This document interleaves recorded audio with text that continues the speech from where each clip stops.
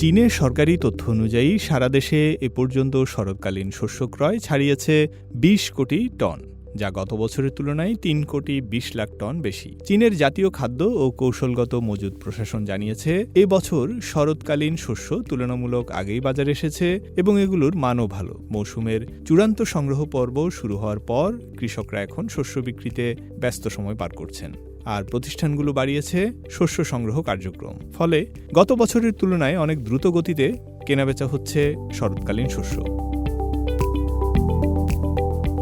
বর্তমানে সংগ্রহ হওয়া শস্যের মধ্যে রয়েছে ৪ কোটি ৮ লাখ টন ইন্ডিকা চাল, ৩.৫ কোটি টন জাপোনিকা চাল, ১১ কোটি ৭০ লাখ টন ভুট্টা এবং ৮০ লাখ টন সয়াবিন। প্রশাসনের তথ্যমতে উত্তর পূর্ব চীনে জাপোনিকা চালের দাম বছর ভিত্তিক প্রায় ২%, সয়াবিনের দাম ৫% এবং ভুট্টার দাম ১০% বেড়েছে।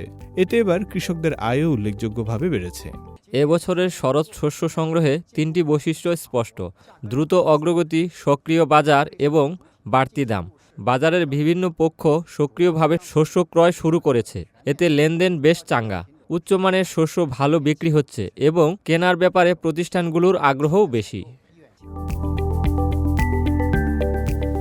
নতুন বছর ও বসন্ত উৎসব সামনে থাকায় শস্যের বাজারে কেনাবেচা আরও বাড়বে বলে ধারণা করছে প্রশাসন। একই সঙ্গে উৎসবের সময় খাদ্যশস্য ও ভোজ্য তেলের পর্যাপ্ত মজুত এবং স্থিতিশীল দাম নিশ্চিত করতে সরবরাহ ব্যবস্থাপনা সমন্বয় জোরদার করা হবে বলেও জানানো হয়েছে।